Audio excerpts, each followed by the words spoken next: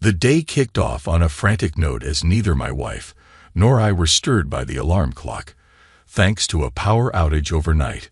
Racing against the clock to make it to work punctually, my wife, more so than I, considering my later start time of 9 a.m. and a mere 15-minute commute.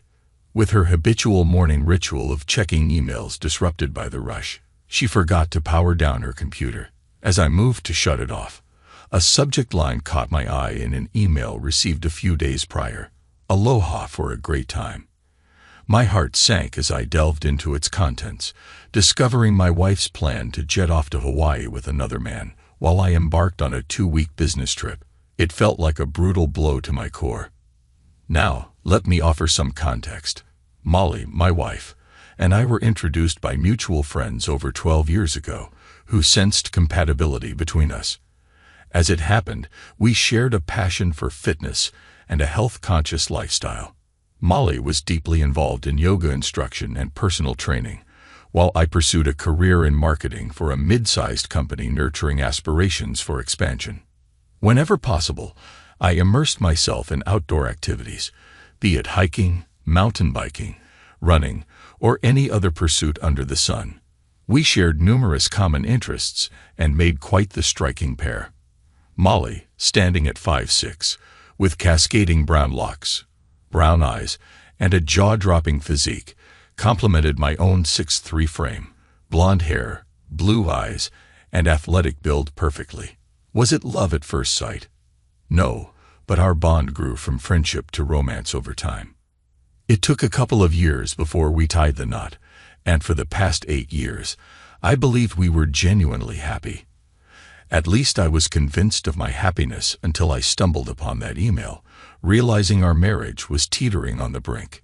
It appeared that this guy, Martin, and Molly had been scheming this romantic escapade for quite some time. She was well aware of my upcoming business trip, a pivotal opportunity for both myself and the company. I was slated to be away for 2 weeks with a select group, aiming to secure several significant accounts. Success could mean a promotion and a substantial increase in salary. However, as I absorbed the contents of that damning email, such career aspirations paled in comparison. Determined to unearth the truth, I delved into Molly's inbox, searching for clues about Martin. Conveniently, she had stored all their correspondence in a folder labeled trips. Molly wasn't particularly tech-savvy, but my daily interaction with computers provided me with a navigational advantage. It quickly became apparent that she had been entangled with this individual for the past 6 months. But why? I racked my brain, unable to pinpoint any glaring signs of discontent in our marriage. Our life together seemed idyllic, characterized by mutual enjoyment of each other's company. What could have driven her into the arms and bed of another man? My mind raced as I prepared to head to work, but before leaving, I made sure to copy all the saved emails onto a thumb drive. I needed time to digest the contents and gather more information about Martin, perhaps even uncovering the motivations behind Molly's actions. After shutting down her computer, I hurried off to work, consumed by thoughts of her and this mysterious Martin.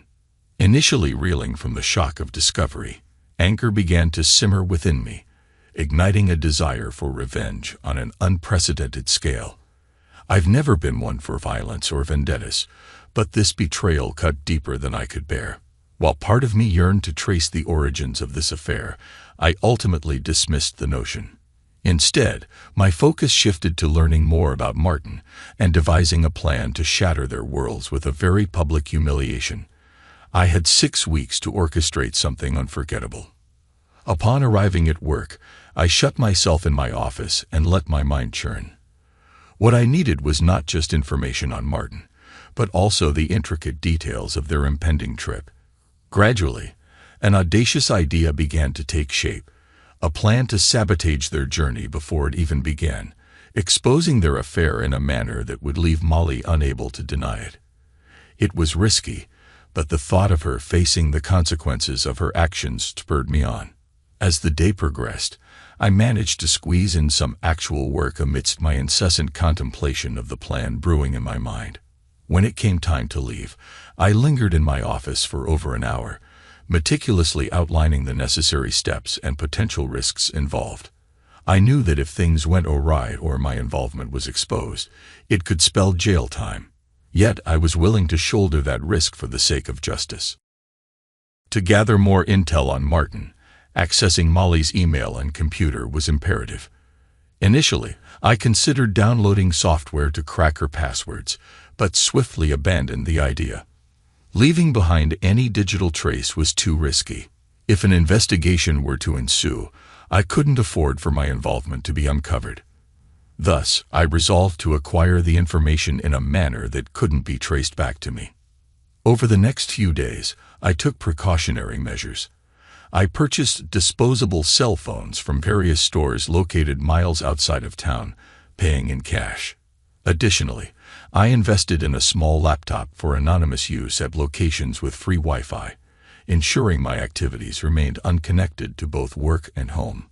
Equally, I procured wireless video cameras and bugs to discreetly place around the house, hoping to capture any incriminating conversations between Molly and her paramour.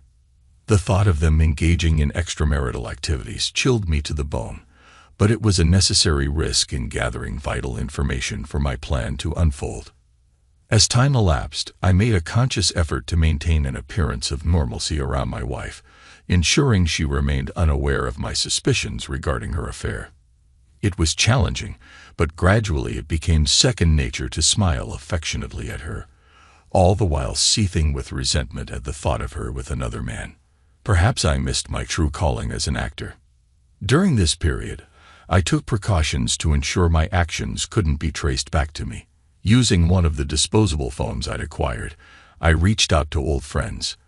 My first call was to Will, a college buddy with whom I hadn't spoken in over 14 years. "Will, it's Thomas. How've you been, man?" Initially, Will struggled to place me, but after some reminiscing about our college escapades, recognition dawned. "Hey, Thomas. Yeah, those were the days, my friend. So, what's been happening in your world?" After giving him a brief update on my life post-college, I broached the reason for my call cautiously, opting to discuss it in person. "Listen, I need some help, and I was hoping we could meet for lunch to talk about it. What do you say?" There was a moment of hesitation before Will responded. "Yeah, sure, anything for an old college buddy." We arranged to meet at a location far from my workplace, but conveniently close to his in a few days' time. My hopes rested heavily on his assistance, aware that time was slipping away and I had no other viable options.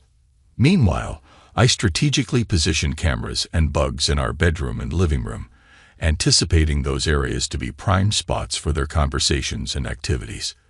During the first week of surveillance, there was nothing of note, leading me to speculate whether she was rendezvousing with Martin elsewhere, deeming it too risky to return home. However, the following week revealed a chilling scene, my wife and Martin indulging in each other's company for over 2 hours in her own home. It sickened me to witness, yet I persevered, hoping to glean any useful information they might unwittingly reveal. Yet their conversation yielded nothing substantial. Upon checking the cameras the next week, I discovered that they had returned once more. However, this time, it wasn't for intimate liaisons, but rather to discuss their forthcoming trip. Finally, I obtained the crucial details I sought: flight number and departure time. As I listened, the excitement in my wife's voice grated on my nerves, fueling a rage that surpassed any I had ever known. While thoughts of violence briefly crossed my mind, I swiftly dismissed them. Instead, I desired a more enduring form of punishment, a lifetime of misery for both of them. In my darkest fantasies, I envisioned confronting my soon-to-be ex-wife on her deathbed decades from now, relishing the opportunity to reveal how I had sabotaged her dream trip to Hawaii. I pictured the shock and despair in her eyes as I delivered the final blow before walking away, leaving her to contemplate the ruin I had wrought upon her life. This revenge would be my legacy, haunting them until their dying breaths.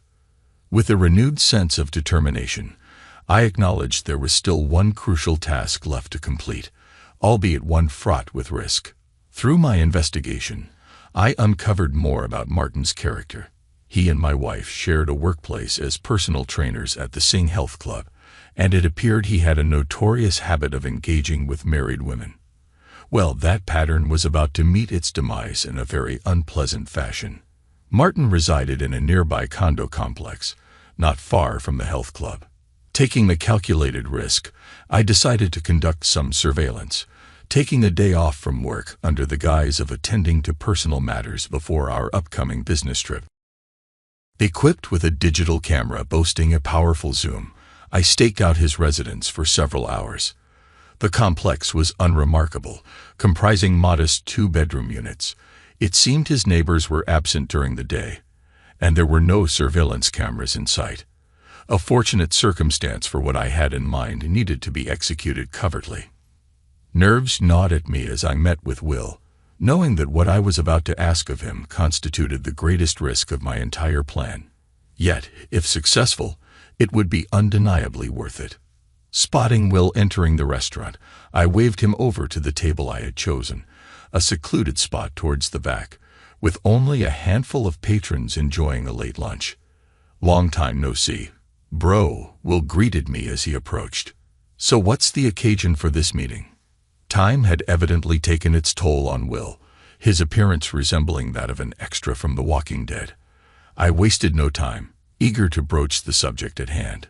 If Will couldn't provide the assistance I needed, I would have to seek alternative avenues for obtaining what was required. We delved into reminiscences of our college days, particularly the legendary parties we used to host. Once a notorious party animal, the toll of those wild nights had clearly caught up with him, aging him well beyond his years. Sensing the urgency of our conversation, I cut to the chase and addressed him directly. "Will, the reason I asked you here was to inquire if you or someone in your network could assist me in acquiring some party favors for a private event I'll be hosting." I handed him a list. "Can you help me out? I'm more than willing to compensate you for your time."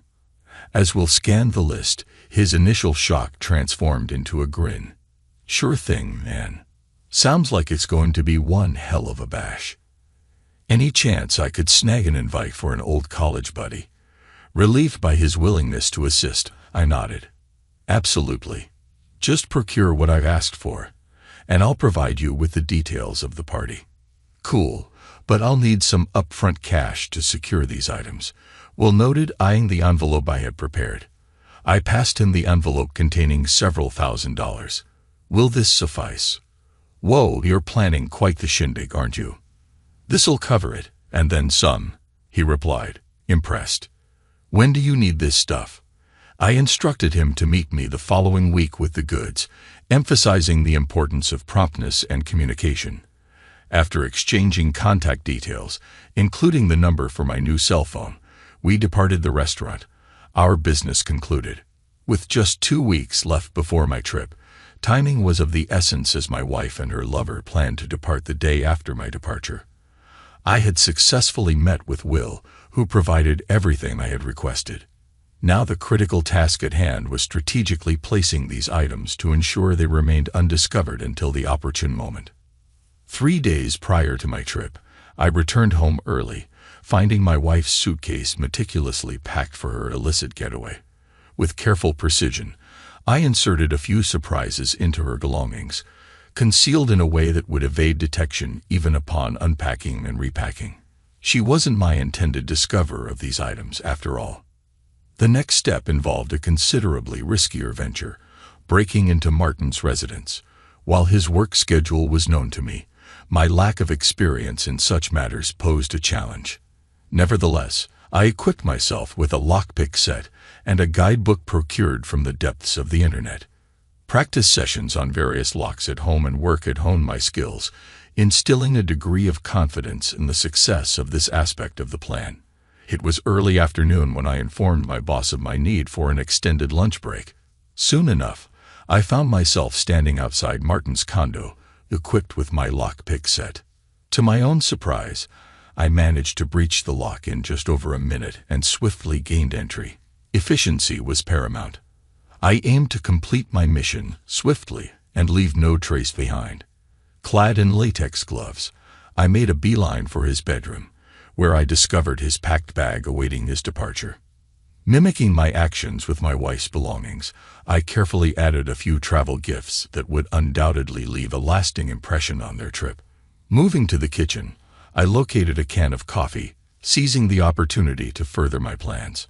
Emptying the contents into a mixing bowl, I discreetly inserted a few packets before refilling the can and restoring it to its original position.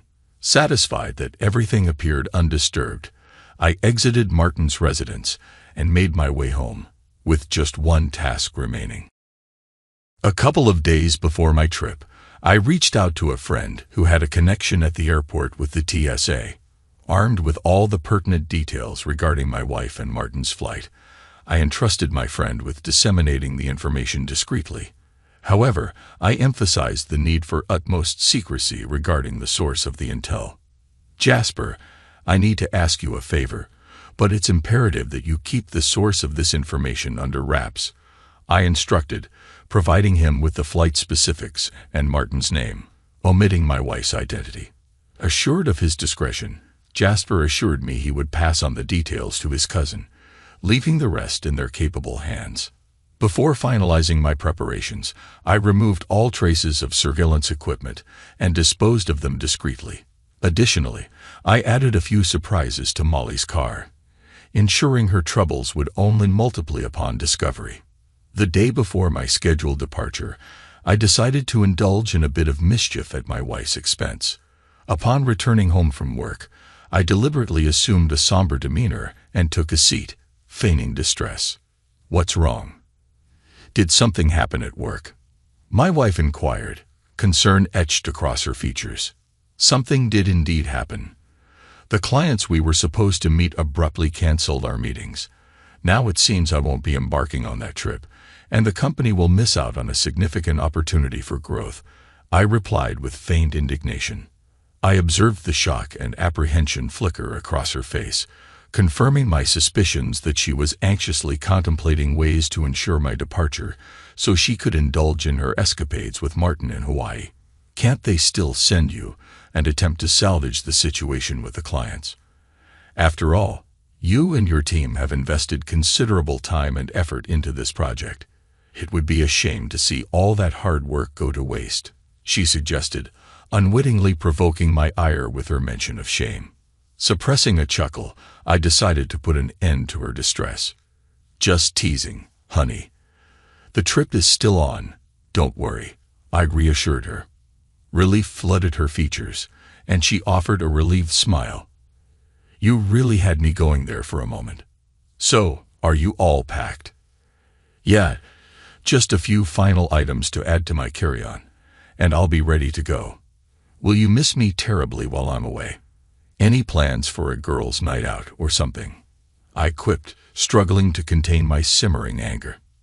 "No, nothing planned. I'll just be here eagerly awaiting the return of my loving husband," she replied, her words nearly causing me to burst into laughter, if not for the seething rage brewing beneath the surface. The following day, my wife drove me to the airport for my departure. Before parting ways, I pulled her close for a long, impassioned kiss, knowing it would be the last one we'd share. With a sense of finality, I bid her farewell and joined the rest of my colleagues as we boarded the flight. The journey was uneventful, and upon arriving at our destination and checking into the hotel, I placed a call to the house, utilizing the hotel room phone. Receiving no answer, I left a carefully crafted message, feigning distress. "Honey, I've made a foolish mistake. I left my phone in the cab, and I won't be able to reach you until it's returned or replaced. If you need to contact me, please leave a message at the front desk, and I'll be sure to return your call later this evening." Of course, I hadn't actually forgotten my phone. It was a deliberate ploy to avoid her calls. The following day, I ensured my phone remained switched off during my meetings with clients, preventing any interruptions. Upon returning to the hotel room, I checked for messages but found none, leading me to speculate that perhaps her calls had been intercepted by airport security. As the meetings progressed, exceeding even our initial successes, we concluded early and returned to the hotel. Upon accessing the messages on the hotel room phone, I noted one from my wife, another from her father, and a surprising third from a DEA agent, a development that brought a satisfied smirk to my face. Turning to my cell phone, I discovered several messages awaiting my attention. Listening to the messages on the cell phone, I maintained a facade of concern as I absorbed the distressing news. My wife's tearful plea for help echoed through the receiver, pulling at my heartstrings despite my inner satisfaction. Following her message, my soon-to-be ex-father-in-law's voice crackled through the line, conveying urgency as he relayed my wife's arrest and desperate need for my presence. Lastly, the DEA agent's stern tone cut through the air, detailing the gravity of the situation surrounding my wife's drug-related charges. Despite my inward elation, I concealed my true emotions behind a mask of seriousness, aware of the need to maintain appearances among my colleagues. The plan had unfolded seamlessly thus far, but I understood the importance of feigning shock and concern to avoid any suspicion falling on me. The following morning, I reached out to my boss, vaguely alluding to a pressing family matter without divulging specifics. Graciously, he granted me leave to attend to the emergency, emphasizing the importance of my swift return to finalize our deals with the clients. Without delay, I boarded the earliest flight back home, eager to execute the next phase of my scheme. Upon touchdown, I retrieved my lost cell phone and dialed my father-in-law's number, ready to play my part in the unfolding drama. What in the world is happening? I received your message, but I can't wrap my head around it. Molly arrested on drug charges. That's absurd. She's never been involved with drugs. Where did this happen?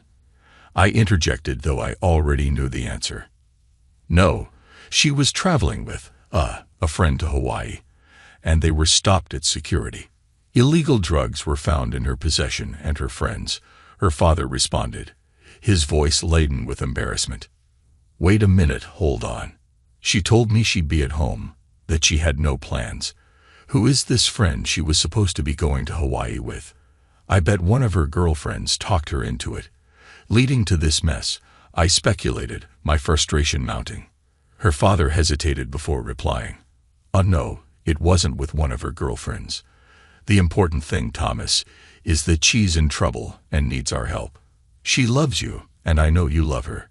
So I cut him off abruptly, unable to contain my amusement. What aren't you telling me, Dad? Who was she traveling with?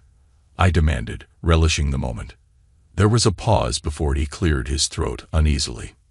She was traveling with a man, Martin someone. He's also been arrested, but... So let me get this straight. I interrupted once more, my tone incredulous. My wife, your daughter, was jetting off to Hawaii with another man while I was working hard to provide for us, and she ends up getting arrested for drug possession. Is that what you're telling me? Yes. Unfortunately, that's what I'm telling you, he confirmed reluctantly. After a prolonged silence, I finally spoke, my tone firm and resolute. Okay, I need to speak with her lawyer first, then this DEA agent, and finally with her directly. Once that's done, we'll reassess the situation. But she had better have a damn good explanation for why she was planning to fly to Hawaii with another man and why drugs were involved. Without waiting for a response, I ended the call abruptly. Upon arriving home, I discovered a barrage of messages awaiting my attention. Listening to each one in turn, I noted the expected message about my misplaced cell phone, followed by a series from Molly pleading for contact while I was away on my business trip. Numerous messages from her father and her lawyer also demanded my immediate attention. I promptly reached out to the lawyer, scheduling an appointment for the following morning, and then contacted DEA agent DeFranco, agreeing to meet him at his downtown office later that afternoon. After a hasty cleanup, I headed out, my mind racing with thoughts of whether I had covered my tracks effectively to avoid any repercussions. Before I knew it, I found myself seated in what seemed like an interrogation room, Agent DeFranco entering with a folder in hand. I'm glad you could make it. I have some questions regarding your wife that I'm hoping you can shed light on, he stated, glancing at the contents of the folder. I can assure you, my wife has never been involved with drugs. In all the time I've known her, she's never even touched anything illegal. She's a yoga instructor, for God's sake. Why would she be mixed up in drugs? I maintained, injecting a touch of indignation into my tone, though Agent DeFranco remained unfazed. People make foolish choices for various reasons, he countered, still fixated on his paperwork. Did you have any knowledge of your wife's plans to travel to Hawaii with this man, Martin? She claimed he was just a friend, but Martin insists they were embarking on a romantic getaway. Do you know him? Were you aware of her infidelity or the drugs? His gaze pierced through me, demanding answers. Taking a moment to compose myself, I responded evenly. I had no inkling of any of this until I spoke with my father-in-law earlier today, but I'm finding it difficult to believe. She must have been manipulated into this. She's too good a person to be involved in such things. I treaded cautiously, wary of tipping my hand. I knew Agent DeFranco was skilled at detecting deception, so I chose my words carefully. He sighed, his expression grave. Unfortunately, it seems you were unaware. Your wife was indeed involved in an affair with a drug dealer. We've already conducted a search of his premises, uncovering further evidence, and soon we'll be executing a search of your residence as well. You can choose to cooperate and grant us access, or we'll obtain a warrant. Either way, we'll be conducting the search shortly. Despite the advice her lawyer would likely have given against it, I agreed to the search of our home. It seemed a strategic move for self-preservation, showcasing my transparency and lack of intent to conceal anything. Soon, the house was swarmed with DEA and FBI agents, along with a couple of their canine companions, meticulously combing through our belongings. They confiscated a few items, including pill containers from the medicine cabinet. The following day, during my meeting with Molly's lawyer, I recounted my encounter with DeFranco and the subsequent search. His reaction was less than pleased.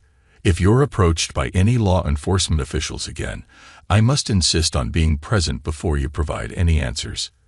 Is that clear? He instructed firmly, to which I silently acquiesced. Growing increasingly frustrated, I asserted, let me make one thing abundantly clear. I demand to know every detail leading up to my wife's arrest. All I've gathered so far is that she was on the brink of boarding a flight to Hawaii with this man Martin. If either you or she expects my assistance, someone better start divulging how this situation unfolded. Do I make myself clear? His response was evasive. You're aware I can't discuss your wife's case with you. With that, I abruptly exited the room.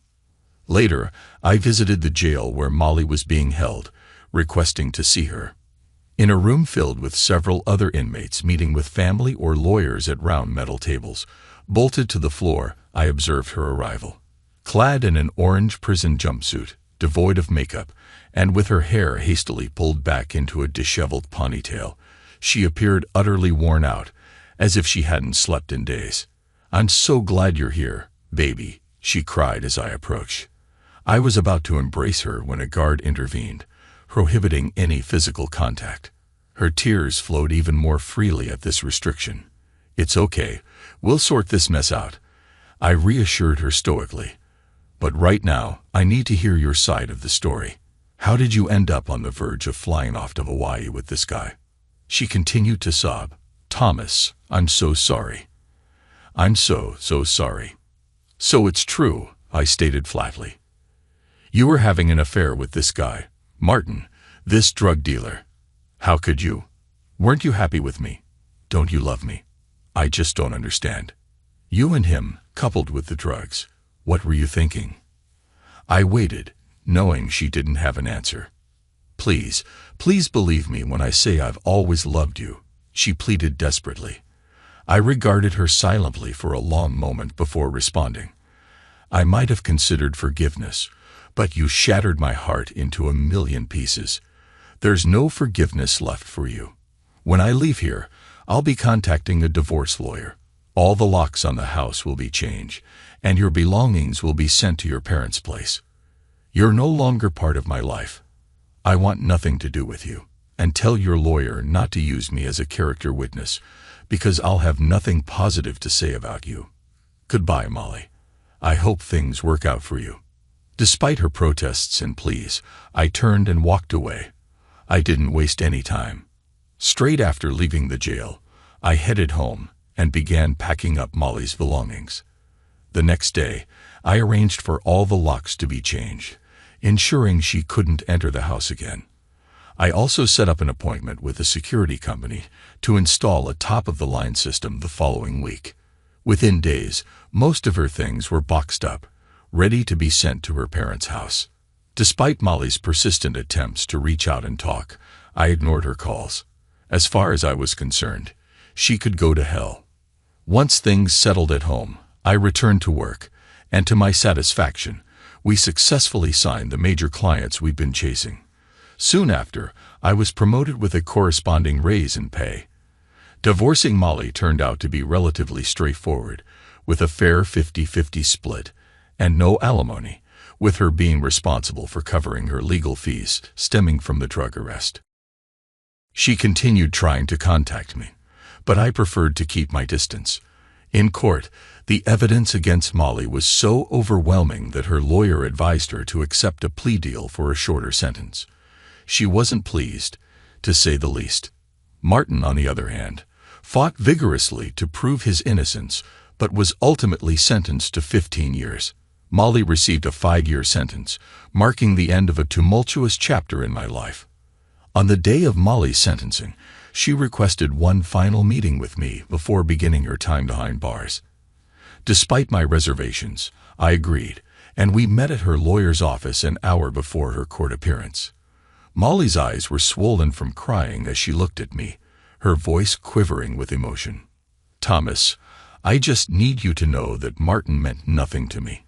It was always you that I loved and will continue to love. I'm so sorry for hurting you like this. It was never my intention. I hope one day you can find it in your heart to forgive me." Listening to her plea, my heart ached with sadness and frustration. "Molly, I need to understand why. Was it boredom? Did I fail to satisfy you in bed? Or was it the outlier of forbidden excitement? What drove you to destroy our marriage like this?" My voice carried the weight of disappointment. She paused, struggling to find the words. "I honestly don't know. Maybe it was the thrill of doing something wrong, but I've always loved you. Clearly, your love wasn't enough to prevent this betrayal," I replied, my tone heavy with disillusionment. "I hope this is the last time I have to confront you, and I never want to see or hear from you again. Use your time in prison to reflect on the consequences of seeking excitement at the expense of everything we had. I imagine you'll find plenty of excitement behind bars, especially once those inmates catch sight of you." My words were laced with a bitter edge, and Molly's tears took on a new quality tinged with fear. In the years that followed, the company experienced significant growth, and I steadily climbed the corporate ladder to a VP position.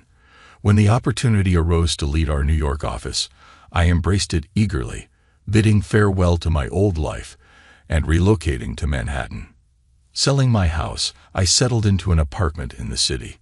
Throughout these years, Molly's attempts at contact persisted, marked by occasional letters that I promptly returned unopened. I was resolute in my decision to leave that chapter of my life behind and forge ahead. 7 years had passed, and life in New York treated me well. Content with my single status, I enjoyed the company of different women, rotating through brief relationships without any intention of settling down. One day, while seated in my office, a call came through from the lobby, informing me that a woman named Molly was waiting to speak with me. I instructed my assistant, Mary, to have Molly escorted up while discreetly arranging for security to stand by. Handing Mary a note, I requested her to call me shortly after Molly's arrival. A few moments later, Molly entered my office, but she was a shadow of her former self. The passing years had etched lines on her face, and her once vibrant aura seemed dimmed. Her appearance was tired, and her attire, though elegant, hinted at a bygone era. I regarded her with a detached gaze, devoid of any emotional response. "What do you want, Molly?" "Thomas, I need to explain. I had no knowledge of the drugs found in my bags. Martin must have planted them without my awareness. I'm not involved in drugs. You have to believe me, she pleaded. Molly, you shattered our marriage for a fleeting affair, deceiving me all along.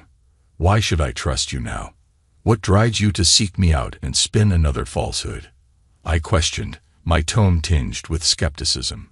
You don't understand. I still love you. I want us to be together again, she implored, her voice cracking with emotion. Before she could continue, the phone on my desk rang, and I put it on speaker. Yes, Mary, what is it? Leona called to confirm that you should get 4 tickets for the opening, as her parents are coming into town and want to meet you, Mary informed me. Let her know I'll buy 4 tickets. Also find out where her parents are staying. I'd like to send her mother a dozen roses, I instructed, concluding the call and turning back to Molly. You were saying? Molly's eyes welled up with tears. Who's Leona? Just someone I've been seeing, but that's beside the point. You're not here to discuss my personal life, I replied coolly. You mentioned you still love me. I appreciate the sentiment, but let me make this clear.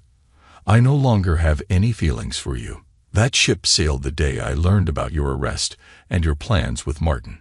Your betrayal ended any love I had for you. Now please leave and don't come back.